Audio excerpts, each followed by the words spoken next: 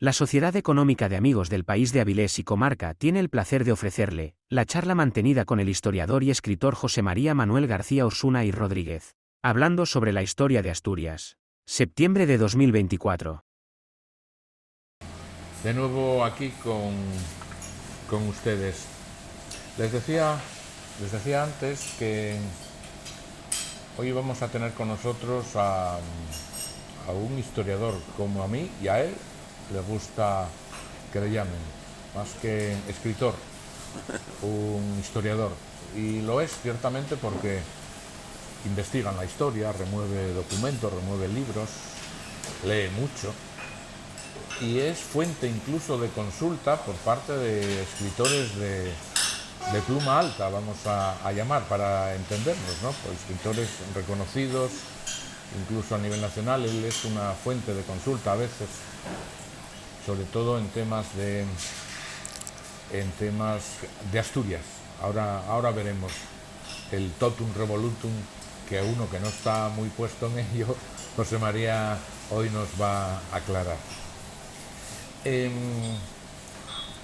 Esta idea surgió en el seno de la Sociedad Económica de Amigos del País de Avilés y Comarca, que por cierto, un paréntesis, le doy la bienvenida a la Sociedad Económica de Amigos del País de Avilés y Comarca porque José María se hizo socio de la Sociedad Económica hace un tiempo, hoy es socio de pleno facto de la Sociedad Económica de Amigos del País.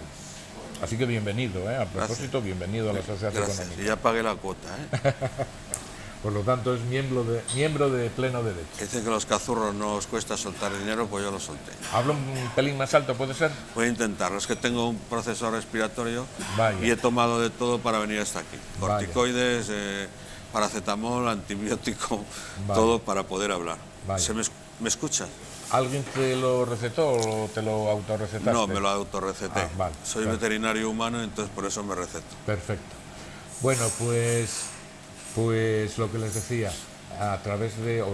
mediante la Sociedad Económica de Amigos del País de Avilés y Comarca, ¿qué es lo que pretendemos con esta entrevista de hoy con José María? Bueno, pues lo que pretendemos es que sirva a los colegios de clase, que si no magistral, casi de lección de historia, porque, como antes les decía, el pueblo que no conoce sus orígenes está castigado, como dice el refrán popular, a repetir su historia. Sí, pero la mala, La mala. La mala. Y nosotros intentaremos paliar en cierta medida esa situación hoy aquí con José María. El tema es tan amplio, es tan... para los que no estamos de ello, es nombres, fechas, situaciones. Por eso le pido a José María, lo primero que vamos a hacer es, de alguna manera, estructurar, si te parece, de lo que vamos a hablar hoy. Él nos va a sinoptizar, de alguna manera, un cuadro sinóptico de la estructura de lo que él hoy va a hablar con nosotros, y a partir de ahí vamos a entrar en harina. ¿Te parece? Me parece perfecto. Bueno, si hablas el pelín más alto, agradecido. Me parece perfecto. Perfecto, venga, pues vamos a ello. Estructúranos el programa, o estructúranos esta charla, José María. Vamos a acercarnos a la prehistoria, a unas facetas de la prehistoria que considero interesantes, como puede ser quiénes eran los cazadores, qué es lo que comían, cómo cazaban y las nuevas tácticas de caza que había entre los habitantes de la prehistoria en Asturias, ¿no? Después hablaremos de la historia antigua, lógicamente, de los habitantes del solar Astur entre Navia y Sella, que son los Astures transmontanos. Ya se sabe que hay dos grupos, dos gentilidades de Astures, los transmontanos entre Navia y Sella y los cismontanos augustanos entre el río Astura, que sería el Esla, el río Sil, el Tera y el Duero por abajo. Cómo se comportaban, qué estructuras sociopolíticas tenían, qué influencia tenían, por ejemplo, las mujeres, etcétera, ¿no? Y después me acercaré, como sea, al problema de las guerras cántabro-astures, qué pasó para que Roma tomara la determinación de entrar aquí a sangre y fuego, y terminaremos hoy con un acercamiento a la malhadada batalla de Covadonga, que hoy está tan vilipendiada, y etcétera, ¿no? Sobre todo hablaremos de por qué se produjo, quién lo dice, etcétera. Yo soy un defensor de la batalla de Covadonga, no soy en su estricto, pero sí, digamos, de forma global. Porque la razón que se aduce de que quien habla sobre ella es, por ejemplo, Alfonso III el Magno, en su crónica del rey de León y de Oviedo, o Injaldán, o Injayán, o Injaldún, etcétera, los historiadores musulmanes, pues hay 100 y pico años entre el hecho y estos historiadores.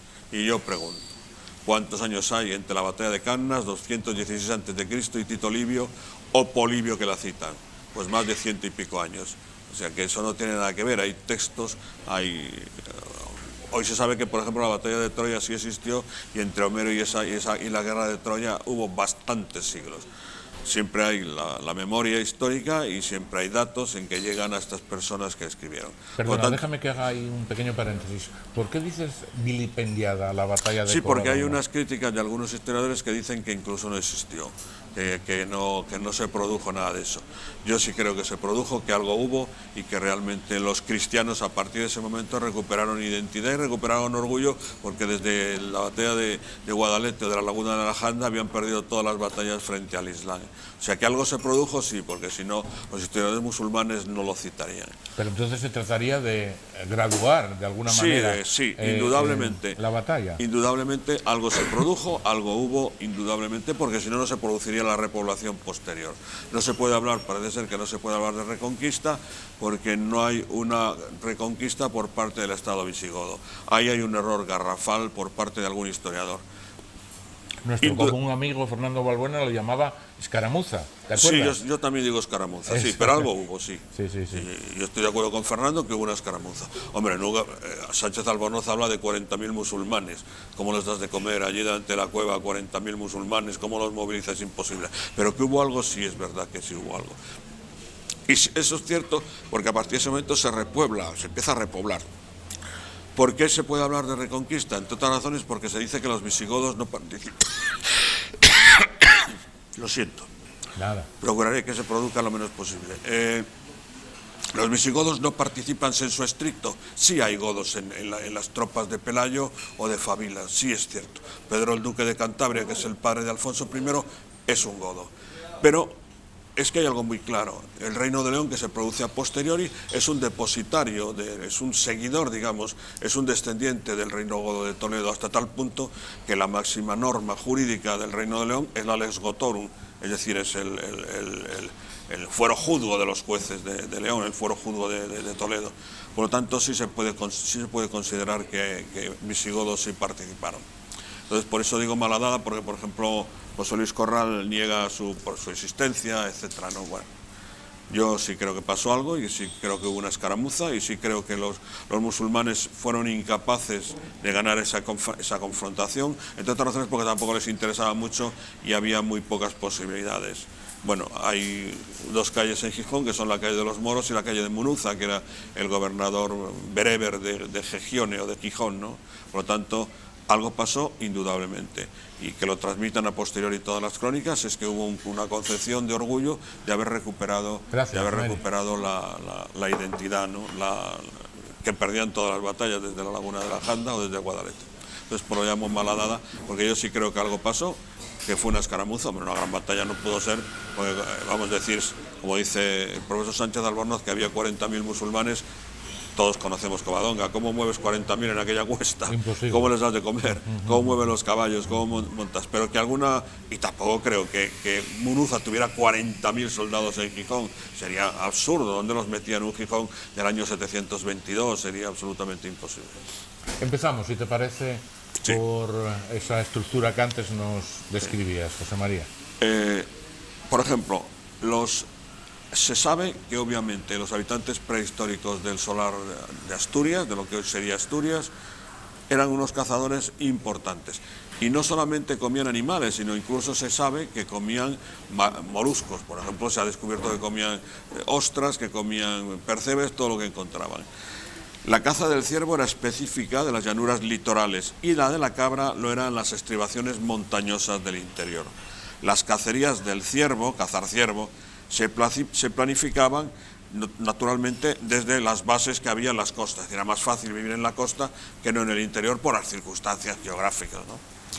Los hábitats, los lugares, las casas en las montañas estaban rodeadas de laderas muy pronunciadas y muy altas, que se convirtieron en zonas idóneas para coger desprevenidas a las cabras y poder comer, porque la cabra, bueno, pues la cabra no solo se comía, sino que se utilizaba la leche. Pues está demostrado que también los habitantes de la prehistoria utilizaban leche, utilizaban todo lo que podían. Y hago un paréntesis, tenemos el concepto de que los habitantes de la Edad Media o de la Antigüedad pues no sabían utilizar los recursos. El ser humano es lo suficientemente listo como para utilizar los recursos que tiene como los tiene, ¿no?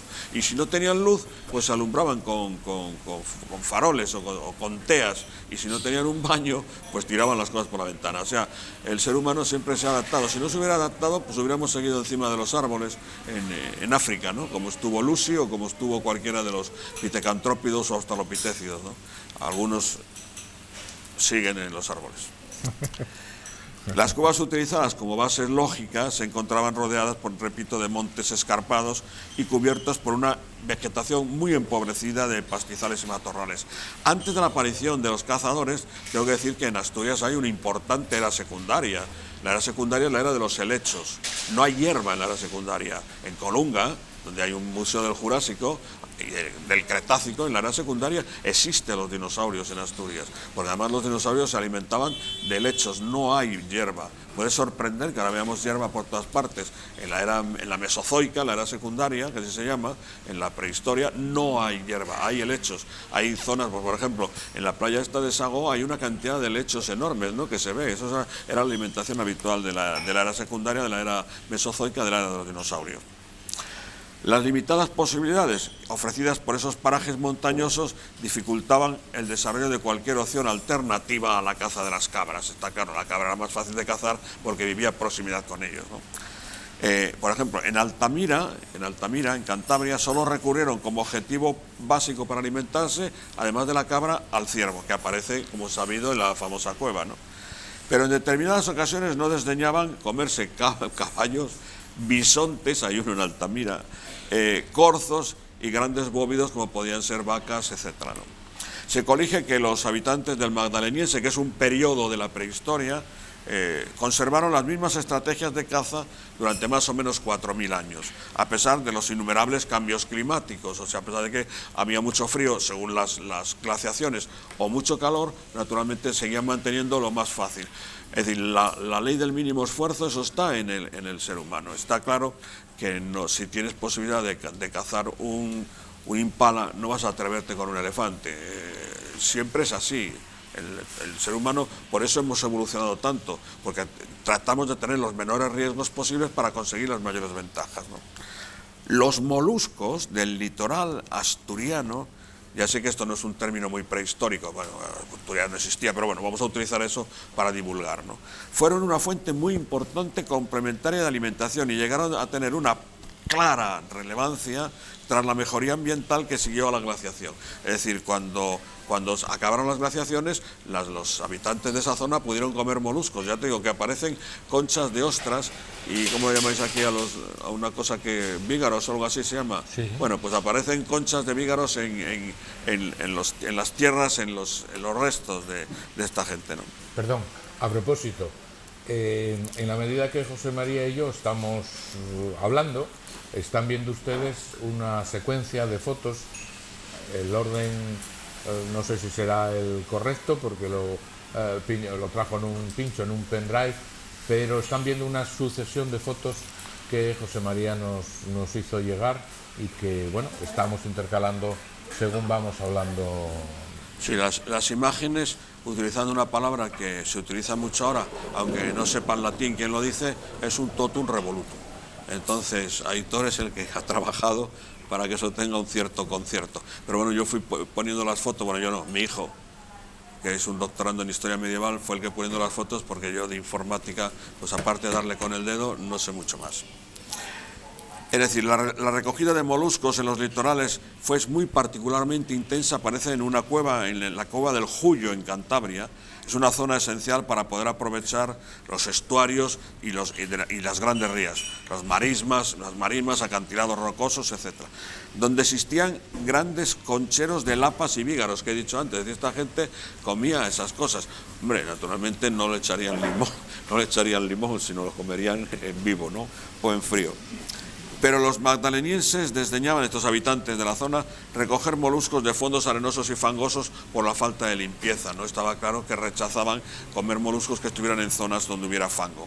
Y los que estaban localizados en las zonas de impacto dentro de las mareas, directo de las mareas, para evitar ahogarse, para evitar los riesgos, ¿no? Las nuevas tácticas de caza de estos habitantes del magdaleniense, que es un periodo muy importante dentro de la prehistoria, ¿no? Los magdalenienses concentran la caza del ciervo en una época del año muy concreta, que es a finales de la primavera o a comienzos del verano, los meses de junio y julio, que es lo que se denomina la especialización estacional, que es el momento en que, digamos, los ciervos están con la berrea y con esas cosas y están más desprevenidos para poderlos atacar, ¿no? Lo cual fue adoptado en la cueva de la Riera, en Asturias Oriental, que supongo que tú como asturiano lo conocerás, en Ecain y Urtiaga, en las Vascongadas, ¿no? La caza de la cabra se desarrollaría, por el contrario, en cualquier época del año. Y además aprovechaban también la leche de los animales, etcétera, ¿no?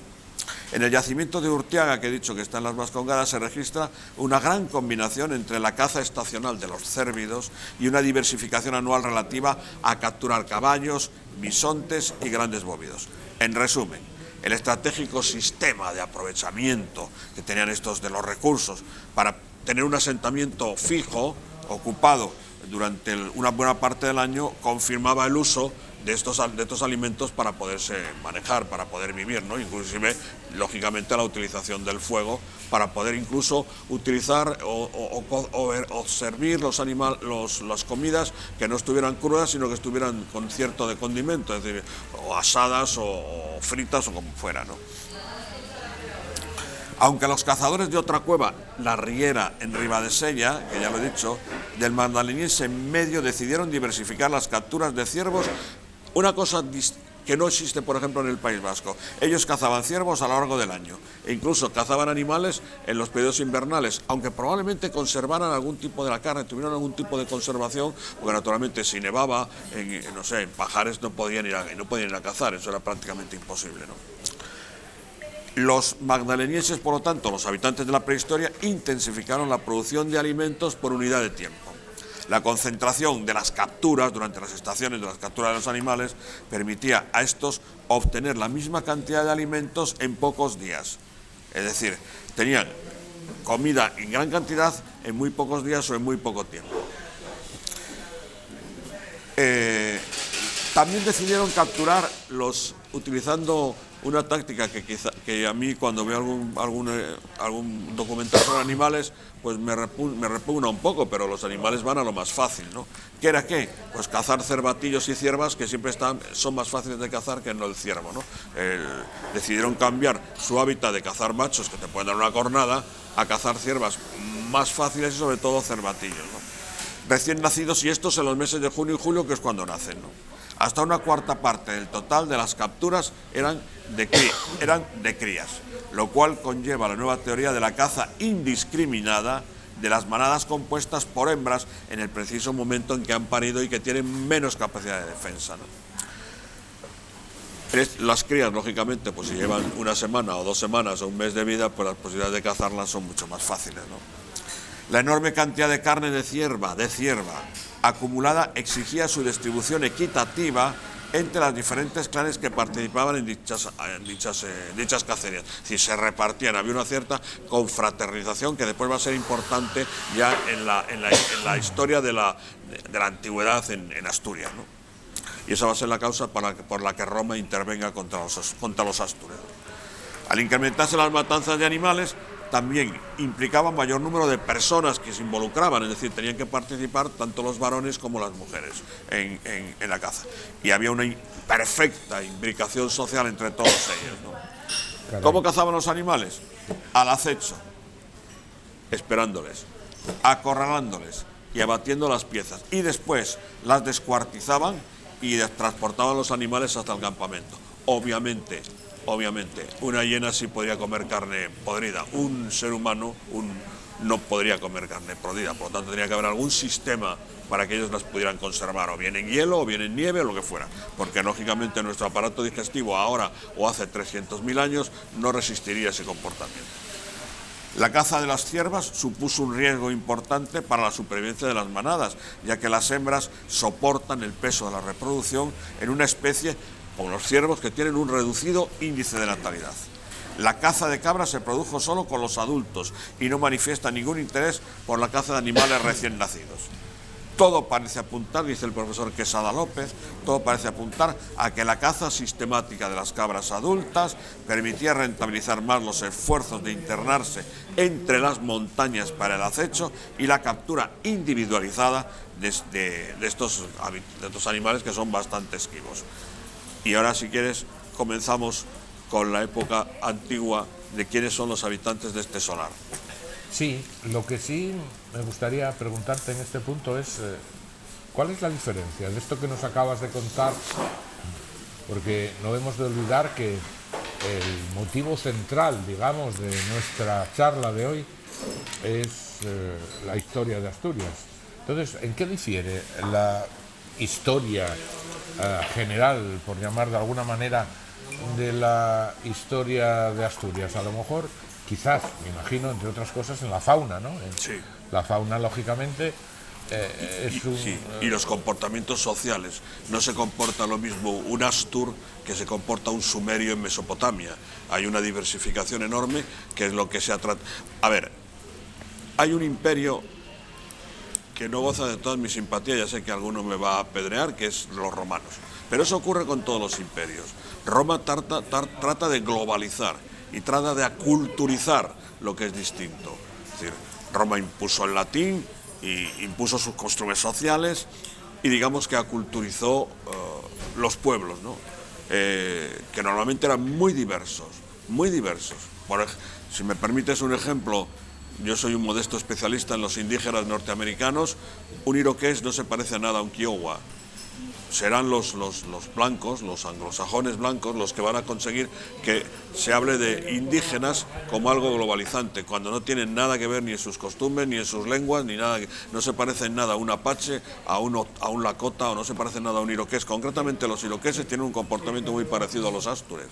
Si las mujeres son las que escogen en una asamblea a los jefes políticos y militares y son las que deciden quiénes tienen que mandar en cada momento. La personalidad de los astures, de las mujeres astures, es muy fuerte. Concretamente, hago un paréntesis ya que vamos a hablar de ellos. Estrabón dice que Estrabón, el geógrafo griego, que las mujeres participaban con los varones en la guerra y se ataban el pelo con una cinta, debían tener el pelo largo.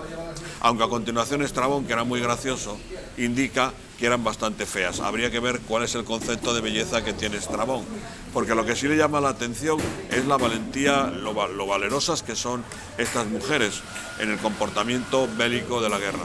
Y además Estrabón añade que esto se puede considerar una ginecocracia, pero no es una costumbre excesivamente civilizada. O sea, no le gusta que la mujer astur decida, por ejemplo, a la hora de escoger jefes o no. Esto se va a producir durante todo el momento en que Roma esté aquí. Y sobre todo hay un hecho muy concreto. Yo que soy del país leonés o del Reino de León, es decir, Aníbal, cuando cerca Salamanca y Toro, perdona a esas dos ciudades por el comportamiento de las mujeres. Cuando cerca Salamanca, Hermántica, que está en ese momento en poder de los vacios y no de los betones, un pueblo prerromano, bueno, pues los hombres se rinden y salen con sus mujeres. Y las mujeres llevan debajo de las faldas unos puñales, con lo cual, cuando salen de la ciudad de Hermántica, en un descampado, les dan los puñales a los hombres que acuchillan a bastantes soldados púnicos. Y entonces Aníbal respetó a esa ciudad por la valentía de las mujeres, que no les había importado meter debajo de las faldas los puñales, ¿no? Entonces, ese comportamiento va a ser Roma el que globalice desde el punto de vista, y no tanto religioso, porque Roma no se metía en la religión, sí se metía en la política. Tú podías creer en quien te diera la gana, en Tanit o Astarte o Marduk, pero no aceptaban que hicieras una crítica al comportamiento del derecho romano. Bueno, pasamos a los astures, si tú quieres. Sí, claro. El geógrafo e historiador Plinio el Viejo describe hasta 22 tribus astures. Practicaban la táctica guerrillera en el combate y el bandolerismo para asumir el total de su subsistencia. Este último lo hacían con mucho provecho robando cereales del territorio de los vacios. Los vacios estarían en la tierra de campo. La capital de los vacios sería Arbucola, es decir, Toro, en la ciudad, en la provincia leonesa de Zamora. Estamos hablando ya del año, más o menos. Pues hacia el antes del primer siglo, ¿no? Que es cuando Roma se da cuenta de que todavía no ha conquistado toda la península, ¿no? ¿Qué ocurre? Roma aprovecha un subterfugio para poder atacar el solar cántabro astur. Hay bastante parecido entre los cántabros y los astures, aunque quizás el comportamiento femenino de los astures es un poco diferente al de los cántabros. ¿Qué es el siguiente? Roma recibe denuncias, o dice que las recibe, de que los vacceos están siendo depredados por los astures, que naturalmente necesitaban el trigo de la tierra de campos, obviamente. Aquí habría maíz o lo que fuera, o centeno, pero no lo utilizaban como lo utilizaban el trigo. Y entonces, ante esto, Roma es cuando interviene para pacificar y para aprovechar para quedarse con toda la vida y por haber. Las principales peculiaridades de los enumerados... por cierto, ¿los astures son celtas? No. ¿Qué celtas hay en Hispania? Los celtíberos. ¿Tienen características, costumbres celtas? Indudablemente. Es decir, el celtismo es muy importante en Europa, pero no hay una característica típica de los celtas. Una característica patognomónica de los celtas es el poder de los sacerdotes, es decir, de los druidas. Julio César se tiene que enfrentar en la Galia a una rebelión de los druidas. El influjo que tienen sobre los celtas, sobre los arvernos, todos los celtas, es muy importante. El influjo que tienen los druidas en la península ibérica es prácticamente nulo, es muy pequeña. No influye tanto el sacerdote entre los astures o entre los cántabros y no digamos entre los celtíberos. Pero sí tienen características de comportamiento céltico. Pero entre los celtas no son tan importantes las mujeres. Por ejemplo, la teoría del avunculado, que vamos a ver a continuación, pues no existe entre los celtas. Eso de que para que el hijo sea asumido, el varón se meta en la cama con el hijo recién nacido, eso no existe entre los celtas. Y esa cultura que hoy recibimos, actual, de temas celtas que estamos reviviendo con música. Yo no he dicho, yo estoy absolutamente a favor de que los celtas en el siglo I a.C. utilizaban las guitarras eléctricas, me parece perfecto. No sé dónde las enchufaban, pero supongo que sí las enchufaré en algún sitio. O traería a lo mejor, traería algo, a lo mejor el prefecto Caricio o alguno de esos traería enchufes para enchufarlo en los árboles. No digo que no tengan cultura céltica, si es que el flujo de los fenicios es muy importante donde hay fenicios. Eso quiere decir que los habitantes de Gades eran fenicios. Pues habría un grupo minoritario de fenicios, pero eran de la zona de la Turdetania, porque eran muy importantes. ¿Quién niega el influjo de Bizancio? Pues nadie lo puede negar, pero eso quiere decir que los habitantes de Murcia eran bizantinos. No eran bizantinos, habría una minoría. Y naturalmente el comportamiento céltico se transmite, pero de raza, de etnia, no son de etnia. Es un pueblo prerromano muy interesante. Yo no sé por qué hay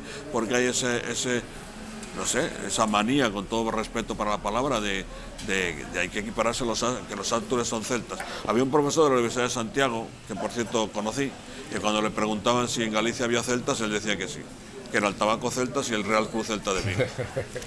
Pero sí es verdad que tienen cultura céltica, es que se transmite por toda Europa, es una etnia muy fuerte, pero se considera una etnia global, los celtas, no. Es decir, los eduos, por ejemplo, apoyan a César frente a los arvernos, frente a Vercingetorix. No hay un conocimiento, independientemente de que se entendieran. Por ejemplo, los celtas hispanos, que son los celtíberos, no tienen nada que ver con los celtas que utiliza Aníbal, los celtas del norte de Italia, de la Cisalpina, es decir, de Lombardía. Hasta tal punto es así, que como sabe que siempre van a ceder en las batallas y además son bastante ayoreados, digamos, pues siempre coloca a los celtas hispanos a ambos lados de sus hermanos de la Galia Cisalpina, de la Lombardía, digamos, del Piamonte, sobre todo del Piamonte, para tratar de que los convenzan de que no se den la vuelta. Pero bueno, me parece perfecto que se celebre eso y sobre todo que se equipare la cultura céltica que existía, pero no son de etnia celta. Bien. Los celtas mantienen un claro matriarcado o preeminencia de la mujer. Incluso el varón simulaba ser el sujeto central del parto de su mujer y tenía que meterse en la cama porque ella lo ordenaba y asumir lo que había tenido.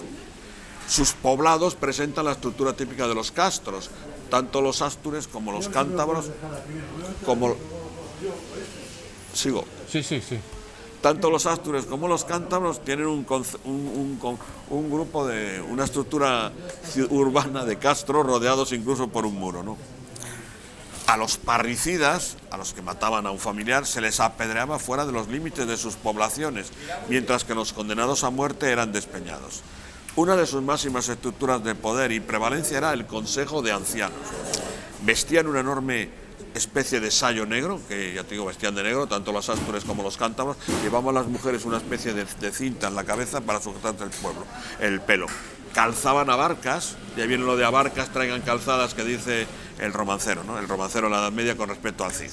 Y dormían en lechos de hierba en el suelo. Los hombres llevaban el pelo largo y suelto, las mujeres también, y ambos se lo ceñían para el combate. Usaban los orines de sus caballos, tanto los tieldones gigantescos como los asturgones más pequeños, para lavarse la boca y evitar las infecciones. Hombre, no sé si le echarían azúcar, como no había venido de América, pues no la echarían, supongo. Una de sus diversiones favoritas era la danza, que ejecutaban mientras bebían en grandes cuernos huecos y bailaban dando grandes saltos al son de flautas primitivas y clarines.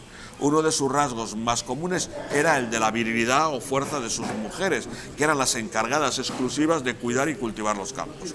Cuando fueron dominados por Roma para culturizarlos, obligarlos a que utilizaran el latín, ¿qué les hizo? Bajarlos de las montañas a las llanuras, y así lógicamente ya los tenían más fácilmente dominables, ¿no? Plinio calificó como tieldones a sus grandes caballos y asturcones a los pequeños. En este tiempo, más o menos en el siglo I a.C., el número de pobladores en el solar Astur, repito, tanto los cismontanos del sur como los transmontanos, hay unos 240.000 hombres libres y unos 60.000 guerreros.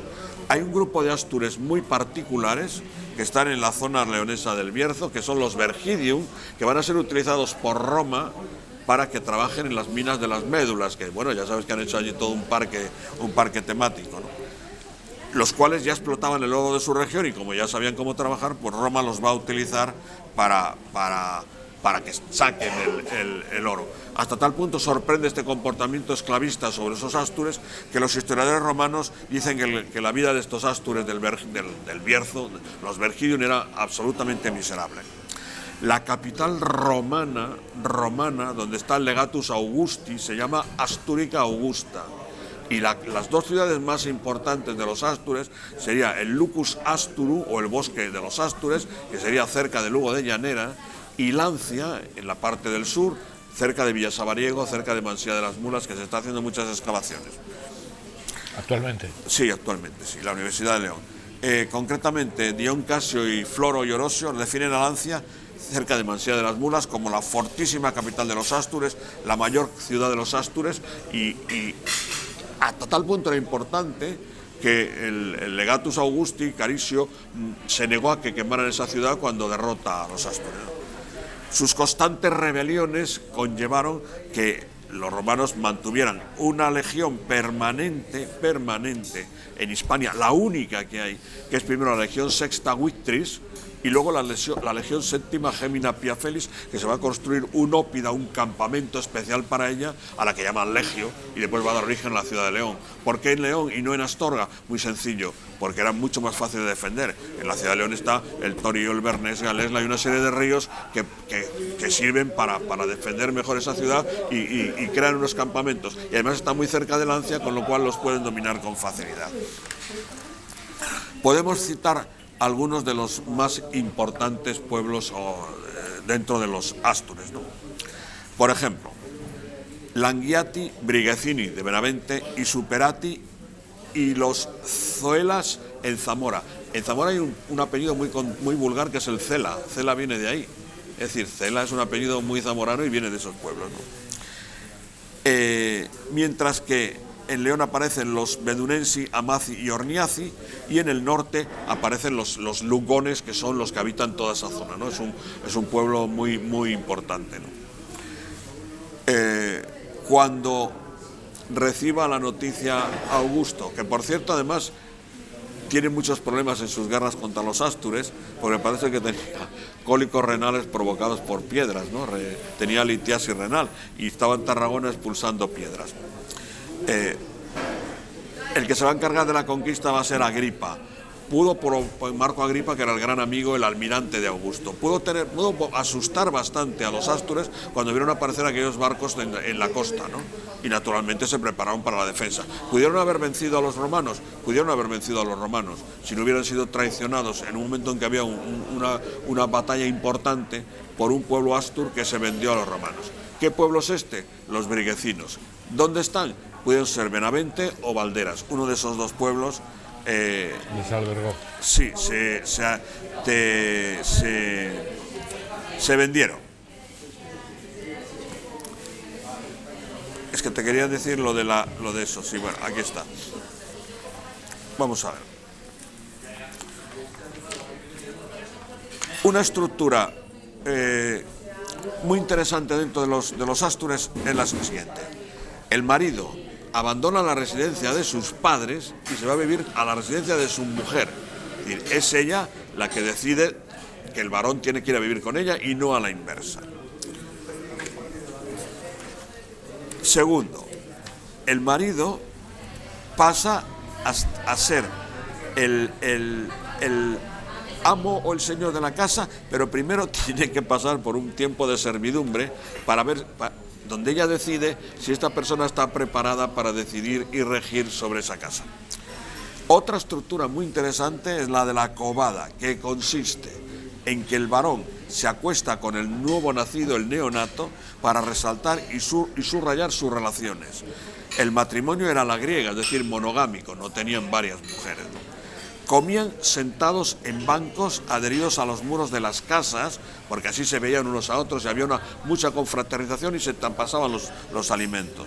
Y se pasaban, repito, los alimentos de unos a otros, ocupando los puestos en función de la edad y de la dignitas, el más anciano y la más anciana primero, etcétera, etcétera, etcétera. Las casas más abundantes, ya he dicho que eran de forma circular, de lajas de pizarra y alcanzando una altura de 4,5 metros más o menos, repartidas sin orden ni concierto, todo ello rodeado por una muralla. Bueno, si gesticulo mucho me corriges, ¿eh? Y utilizaban recipientes de madera sobre piedras al rojo para comer. Y así cocían la leche, es decir, la leche la cocían. No se fiaban de comer la leche cruda, por si acaso. Bueno, eran muy listos.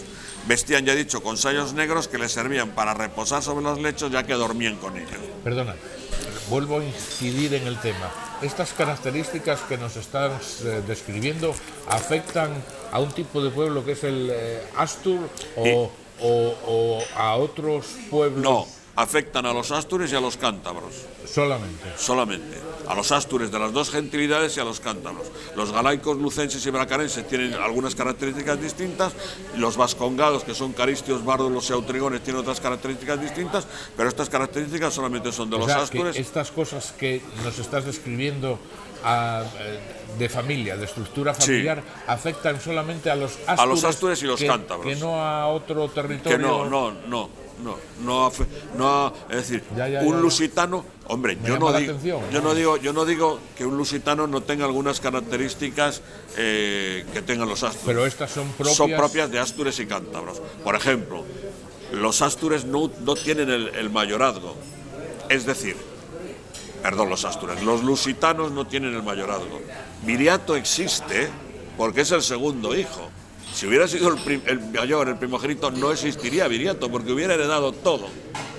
Entonces, como no hereda todo, tiene que dedicarse al bandolerismo, porque si no, no puede comer. ¿Y quiénes están con él?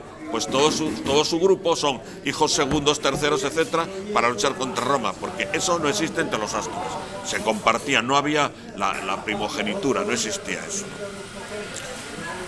Digo, a efectos tuyos de control de tu exposición, nos quedan 15-20 minutos de... Bueno, pues entonces, mira, me lo pones más fácil. Vamos a hablar de la guerra contra Roma y así acabamos la historia antigua y el próximo día hablamos de lo medieval, si lo juzgas oportuno, desde la batalla de Covadonga y los reyes. Bueno, a mí me gustaría de alguna manera que hoy hiciéramos, como te dije, una sinopsis. Bien, vamos a no pasar. abundáramos en según qué periodos. Vamos a pasar entonces. Eso es. Y luego en otro programa, en otro encuentro que tengamos ya abundaremos sobre según qué cosa. Bueno, vamos a hablar entonces un poco de Roma y si nos da tiempo algo de la batalla de Covadonga. A ver, mira, en una de las fotos que va en la efigie de Pintallo. Pintallo es un astur, un guaje de 25 años que muere luchando con las tropas auxiliares de Roma en Germania. Además es una preciosidad de efigie. Es que a mí me encanta ese. En Asturias, me parece que es en el museo, está una copia, porque cuando hubo el certamen ese de Astures, de exposición de Astures hace unos años, se le pidió al museo en el que está, que es el Museo de Bonn, y Helmut Kohl hizo un gesto con un dedo, diciendo que de ceder el original nada. Hicieron, no sé qué dedo fue, pero tú que eres más inteligente sabrás qué dedo fue. Y entonces trajeron una copia que está en el Museo Arqueológico de Oviedo, ¿no?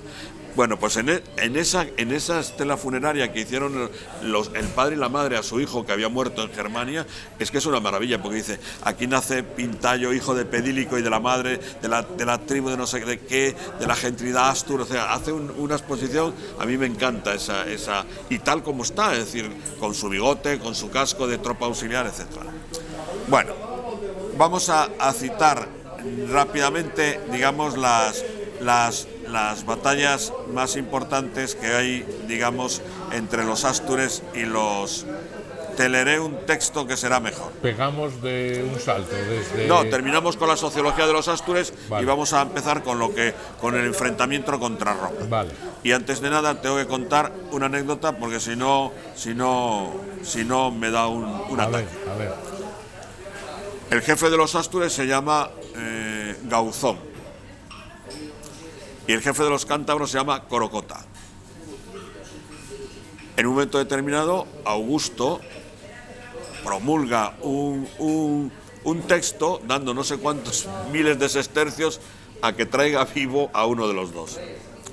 Entonces Gauzón, debe ser que no se enteró, pero Corocota sí, montó en un caballo y se fue hasta Tarragona. Y dijo, yo soy Corocota y vengo a cobrar lo que pides por mí. Augusto le hizo tanta gracia que le dio lo que había pedido por él, vivo o muerto, le regaló un caballo, una capa, un anillo de oro y lo nombró senador. Que dijo, bueno, este sujeto tiene mucha gracia, ¿no? Pues fíjate que venir desde Cantabria hasta Tarragona a cobrar lo que pedían por su vida, y se presentó y claro, pues dijo, yo soy Corocota, quiero que me des ese dinero que pides por mi vida, y Augusto dijo, bueno, pues habrá que entregárselo porque este sujeto tiene gracia. A ver...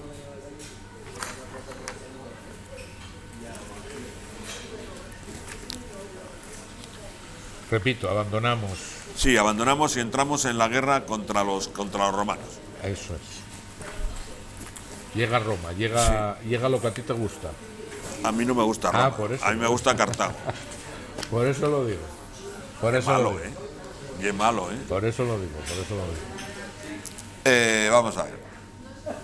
Cuando Gayo Julio César Octaviano, después de la batalla de Actium, en que acaba con Antonio y con Cleopatra, se convirtió en imperator, en el princeps de la ciudad, el principal de la ciudad, decide emprender una serie de campañas destinadas a cerrar los huecos que aún subsistían entre las provincias y a rectificar las fronteras con el fin de disminuir las líneas de comunicación interior que había entre los pueblos de la península. Entre ellas se encontraba la que tenía como meta eliminar los últimos reductos de la península ibérica. Las noticias de que en estos reductos, existían importantes reservas metalíferas fueron un estímulo, aunque no la causa fundamental. ¿Por qué se divide los Astures en transmontanos y augustanos? por una razón muy simple, porque así como en el norte no hay oro, sí lo hay en las médulas, y entonces los Astures del Bierzo y los Astures del sur de León y Zamora fueron explotados directamente por Augusto, explotados directamente por el emperador, mientras que los del norte eran utilizados o explotados por el Senado. ¿Por qué? Porque así Augusto se quedaba con todo el oro. No sé si hizo declaración a Hacienda, al fisco, no sé si los cuestores lo denunciaron ante Hacienda Augusto, porque eso no está documentado, pero está claro que se quedó con el dinero. Se justificó la ofensiva contra los Astures y los cántabros por las correrías que Astures, cismontanos y augustanos y cántabros efectuaban constantemente en la tierra de Campos, es decir, donde tenían el solar otro pueblo prerromano que son los vacios, que es un pueblo interesantísimo, porque repartían todo entre ellos. Es decir, el más pobre era el que más recibía del resto de la gentilidad. Se habla del comunitarismo de los vacios, algunos lo llaman comunismo, pero es que todavía Lenin no había nacido, felizmente. Y lo repartían todos, es decir, eso llamó la atención a los romanos, ¿no? El que menos tenía recibía más del resto de los habitantes. En Occidente casi toda Hispania estaba pacificada, excepto la que baña el océano interior y toca las montañas de la extremidad con el Pirineo. Aquí se agitaban dos pueblos muy fuertes, aún no sometidos, los cántabros y los astures. Los cántabros fueron los más duros y pertinaces en guerrear, y no contentos con defender su propia libertad, pretendían dominar a los pueblos vecinos, tanto astures como cántabros, que son los vacios, los túrmogos, los autrigones. Los autrigones es uno de los pueblos que ocupa el País Vasco, ¿no? Caristios, bárdulos, autrigones. Los bárdulos van a estar en lo que sería la Castilla antigua, la Castilla primigenia. De esta forma, al enterarse Augusto de que su agitación se iba agravando, no confió a otro en la expedición, sino que él mismo se presentó en Hispania y desde la Imperial Tarraco, pues decidió naturalmente poner firme a esos dos pueblos que eran los que le quedaban. Ya los galaicos habían sido sometidos y los vascongados también, solo le quedaban los cántabros y los astures. Posteriormente, habiendo dividido su ejército en tres cuerpos, había abarcado toda la Cantabria y toda la Asturia. No Asturias, sino Asturia, ¿no? Pero la guerra resultó mucho más dura y cruel, sobre todo por parte de los romanos, de lo que habían esperado. Los veteranos legionarios romanos victoriosos quedaron instalados en una nueva colonia, es decir, Augusto creó para sus veteranos una colonia que se llamó Emerita Augusta o Augusta Emerita, para dominar desde allí las posibilidades de que lusitanos, etcétera, se volvieran a levantar. En donde recibieron parcelas de tierra extraordinariamente generosas. Los hispanos de esta guerra, es decir, los astures y cántabros, pusieron en lugar o en juego sus típicas cualidades, es decir, agilidad y eficacia en la guerra de guerrillas y tenacidad que superaba el de la muerte, es decir, nunca demasiado temida por los hispanos, es decir, los hispanos no tenían ningún miedo a la muerte. Es decir, estos pueblos primitivos, si tienen que morir, mueren. También ocurre en Roma, es decir, ese apegamiento que tienen a la vida no existe entre los romanos, porque los romanos se suicidan con mucha facilidad, Antonio, Nerón, etcétera, ¿no? Ante aquella campaña interminable, sin brillantez, en la cual se perdía en muchos meses y era preciso comenzar de nuevo, Gayo Julio César Octaviano, fatigado y enfermo con sus piedras de riñón, se retiró a la Imperial Tarraco, donde recibió a Corocota, acaso influido por un presagio que dejó para siempre herida su sensibilidad enfermiza e hipocondríaca. Era un pésimo paciente, era un hipocondríaco absoluto, ¿no? Un rayo fulminó junto a su litera al esclavo que llevaba la antorcha. Dijo, esto es un mal signo. Como estos no se le acercaban cántabros y astures, resguardándose siempre en sus picachos, ni se ponían a su alcance a causa de su inferioridad numérica y también por usar la mayoría de ellos armas arrojadizas, causándole además muchas molestias, si alguna vez se ponía en camino, ocupando los lugares favorables y emboscándose en las hondonadas y en los bosques, siempre se encontraba el ejército romano en un embarazo extremo. La fatiga y las preocupaciones le hicieron otra vez enfermar y tuvo que retirarse otra vez a la Imperial Tarraco para reponerse. Sobre algunos campamentos abandonados por las legiones nacieron ciudades, entre las que se pueden citar Juliobriga, es decir, Retortillo, Portus Victoriae Juliobrigense, es decir, Santander, Lucus Augusti, que es el bosque de Augusto, es decir, Lugo, Segisama en Burgos, Brácara Augusta en Braga, etcétera, etcétera. Y sobre todo, Lucus Asturum, que sería el Lugo de Llanera en Asturias, ¿no? Por cierto, creo que se están haciendo excavaciones, según tengo últimas noticias, ¿no? Y yo creo que si tenemos 2 minutos o 3, pues entraremos en un poco de ¿Qué debate. pueblos son estos que describe alguien que dice Flavionavia y Paesicorum? Sí, Paesicos, sí. Los Paesicos es un pueblo un pueblo astur de la zona de la zona de Villablino, de esa zona. Son los Paesicos, Lugones. ¿Y Flavionavia tiene Sí, algo que ver con nuestra Navia? Sí, tiene que ver con Navia. El límite de los Astures va entre Navia y Sella. Al otro lado del Navia están los galaicos lucenses, no los gallegos. Estamos hablando de pueblos prerromanos. Sí, y al otro lado del Sella están los cántabros, badinienses. ¿Por qué? Además eso que me dices me parece muy interesante. Mira, así se me había escapado. ¿Por qué la batalla de Covadonga participan los Astures? Por una razón muy simple, porque a los pueblos prerromanos, las ciudades que ellos no pueden defender, las ceden gratis et amore a otros pueblos que son más fuertes y los pueden defender. Por ejemplo, Hermántica es una ciudad de los báceos. La capital de los báceos es Arbucola, Toro. Entre Toro y Salamanca hay mucha distancia, entonces se la regalan a los betones. Numancia es una ciudad de los pelendones, que es una tribu celtíbera muy pequeñita. Como no la pueden defender, porque su capital es Termancia, que está muy lejos, se la regalan a los arébacos, que es una tribu muy fuerte. Eso ocurre constantemente. No sé, pues si, por ejemplo, los paésicos no pueden defender Lucus Asturum, pues se lo regalan a los lugones, que sí lo pueden defender, ¿no? Se le regalan gratis. ¿Sí? ¿Por qué? Pues porque es absurdo hacer si es una gentilidad de 50.000 personas, no van a estar dividiéndose en 5.000 en 5.000, ¿no? Es un pueblo muy interesante entre los paésicos y concretamente la zona de Xaciana tienen mucho estudio hecho sobre ellos. Bien. Vamos hasta Covadonga. Sí, vamos hasta Covadonga, pero hablaremos más el próximo día. Sí, bueno, quiero decirte, me remito al principio de nuestra conversación. Bueno, bien. Hoy es una sinopsis argumental. Eso bien. Es, de la historia de Asturias. ¿Qué hay en Asturias después de la Edad Antigua? Muy sencillo. La entrada de pueblos germánicos, como son suevos, vándalos, alanos y visigodos, hace que dominen en el solar de Hispania. Ya es Hispania y no Iberia. En Asturias, Galicia, León, Zamora, partes de Cantabria hasta el Duero, ¿qué pueblo germano va a asentar? Los suevos. En el resto, los visigodos, y los alanos como pueblo más pequeño y los vándalos más bien en el sur. De ahí viene Vandalusía. ¿Qué diferencia hay entre suevos y visigodos? ¿Por qué se llaman tan mal? Por una razón muy simple. Los visigodos son cristianos arrianos y los suevos son cristianos católicos. Una diferencia abismal. Arrio es un obispo de Alejandría que hablaba de que Cristo era un hijo adoptivo de Dios. Los católicos creemos que Cristo es Dios, el Hijo de Dios. Bueno, yo soy católico, al que no le guste, pues lo siento. Entonces esa es la diferencia.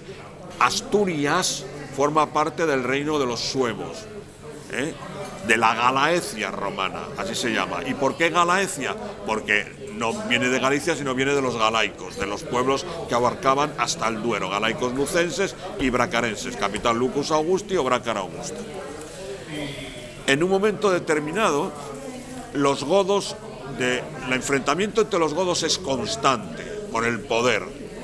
En un momento determinado, un rey de los godos, el penúltimo, Vitiza, muere después de haber tenido un comportamiento, según dicen las crónicas, muy aberrante con respecto al padre de Belay el Rumí, de Pelayo. El duque Fáfila, le gustó la mujer del duque Fáfila y como el duque no se la dio, lo mató de un bastonazo en Tui para quedarse con la madre de Pelayo. Bien, hay que pensar en que Pelayo obviamente ya no tiene la categoría que tenía su padre en la corte, donde ha perdido. Pelayo parece que es un espatario, alguien que podía llevar la espada delante del rey, es decir, un noble, pero no de primera categoría, que serían los duques, los gardingos, etcétera, y los próceres.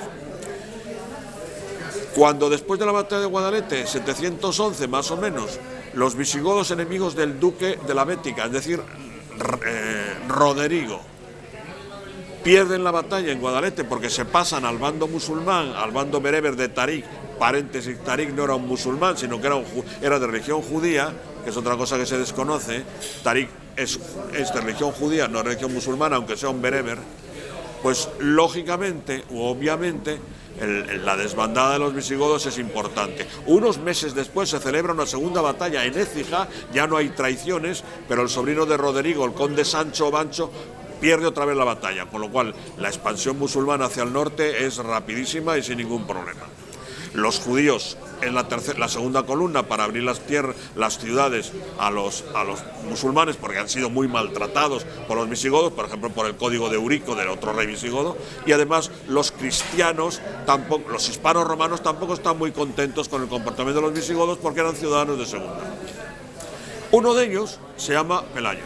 Entonces, en la desbandada hacia el norte, o en la huida hacia el norte, y después el avance musulmán, llegan hasta un sitio que se llama Gegione, que es una ciudad que está cerca del mar y que es muy interesante su existencia. Y allí colocan, el emir coloca a un bereber, es decir, a un habitante del desierto del norte de África, del Magreb, que se llama Munuza. Esto es muy sucinto, el próximo día tendremos que hablar más qué relaciones tiene con Pelayo. Entonces, en un momento determinado, Munuza, lo que dice la leyenda, le gusta la hermana de Pelayo. A Pelayo no le gusta Munuza, debe ser que pues, Munuza no llevaba tacones o lo que sea, entonces no le gustó nada. ¿De acuerdo? Bien. Munuza lo envía a Córdoba a ver al emir para negociaciones con la gente aquella. No sé por qué, pero Pelayo tiene relaciones con la gente de Cangas de Onís, esta zona. Tiene relaciones, probablemente tendría tierras o lo que sea, pero sí tiene relaciones con esas personas. O sea, sí hay una relación, por lo cual es una persona conocida y que tiene cierto predicamento en esa zona, ¿no? No en otros sitios, pero sí hay. Cuando Pelayo, o Belay el Rumí, o Pelayo el Romano, como lo llaman los musulmanes, está en Córdoba viviendo a cuerpo de rey o a cuerpo de emir, se entera de que su hermana se ha casado con este hombre. Eso no era nada raro. Concretamente en Gilona, la mujer de don Rodrigo se casó con Abdalaziz, es decir, el hijo de Muza. O sea, eso era normal. Las mujeres se casaban con los hijos de los vencedores. Pero a Pelayo no le hace ninguna gracia. Y entonces, en el 718, viene al norte a ver qué ocurre. Munuza, que no debía ser muy listo, por lo menos así dicen las crónicas musulmanas muy posteriores, solo se le ocurre hacer algo que no se debe hacer, que es mandar a sus sayones a que vayan a cobrar los impuestos en la zona de Arriondas, de Cangas de Onís. Lo reciben, como entenderás, con muchísimo cariño. A mí la objeción fiscal me encanta. La reciben y le dan una paliza y solamente dejan que vuelvan vivos a Gijón 2 enviados, 2 cobradores de impuestos, 2 publicanos. Claro, este hombre se sorprende, ¿no? Y solo se le ocurre movilizar un ejército, que podían ser 5 o 10.000 soldados más o menos, para presentarse a exigir a esos individuos el pago de impuestos. Ya estamos en el 722 y naturalmente el próximo día, como ya no tenemos tiempo, seguiremos qué fue lo que le pasó y por qué se le ocurrió a este sujeto ir a cobrar los impuestos y creyó que era un paseo militar, como había ocurrido desde Guadalete hasta Covadonga. Es denso el tema, quiero decir. A José María hoy le hemos pedido un esfuerzo grande, que era, pues eso, sintetizar de alguna manera la historia de Asturias. Hemos llegado hasta Covadonga. Y venciendo mi problema respiratorio. Y todo eso. Y hemos llegado a los comienzos de la batalla de Covadonga, o como se quiera llamar, que es, bueno, pues da para, creo que para otra hora, ¿no? Sí, además, déjame decir una cosa y termino. Sí. Con respecto al concepto de reconquista, en la crónica de Fonso Imperatoris, el rey de León y de Oviedo, y en la crónica de Sebastián, se habla lo siguiente: el rey. Es el rey el que da ese título. Vamos a reconquistar toda Hispania. Hispania es el territorio musulmán, por eso creo que es un error que se diga que Asturias es España o lo demás tierra conquistada, porque para Alfonso III Hispania es el territorio del Islam e españoles son los musulmanes, con lo cual es el rey el que pone ese título de vamos a reconquistar. Bueno, simplemente se ha utilizado ese título, pero no creo que sea peyorativo. Si fue una nueva conquista o una nueva batalla para recuperar algunos territorios, pues también. Esperamos que les haya gustado esta charla que hemos mantenido aquí con José María Manuel García Osuna y Rodríguez. Ahora lo dije bien. Has estado sobresaliente cum laude. Ahora lo dije del tirón. Y a ustedes, pues nada, agradecerles como siempre la atención que nos dispensaron. Recordarles que el programa ha sido grabado, como siempre, en la cafetería 33400, en la avenida de Alemania 30, aquí en Avilés, y que con José María estaremos próximamente con algunos de los asuntos que de manera tan concentrada hoy hemos querido reflejar para ustedes desde ese prisma que llamábamos la historia de Asturias. ¿Me permiten la ironía? Claro. Yo espero estar contigo hasta que haya una Olimpiada en Corbera. Muchos años. Espero que sí. Muchos años nos quedan entonces, querido amigo. Gracias. Pues muchas gracias. No. Lo de antes, bienvenido a la Sociedad Económica. Gracias. Esperamos que desde ahí también nos ilustres muy de vez en cuando a los que son socios. Sí, y la no, primera conferencia se la dedicaremos a mi amigo Fernando Balbuena, que era un encanto. pues como tú veas. Y De la acuerdo. batalla de Covadonga seguramente volveremos a recordar Por supuesto a nuestro que sí. querido amigo Por supuesto. Fernando Álvarez Balbuena. acuerdo. Gracias, repito. Nos vemos la semana que viene.